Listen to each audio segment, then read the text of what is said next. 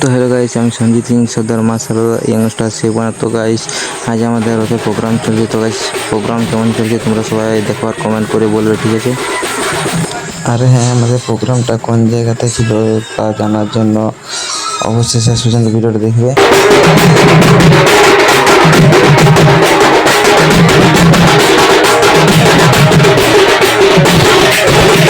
তো গাইস, রথে আমাদের কেমন প্রোগ্রাম চলছে তোমরা দেখলে, ঠিক আছে? আর কমেন্ট করবে, সাবস্ক্রাইব করে লাইক করবে, ঠিক আছে?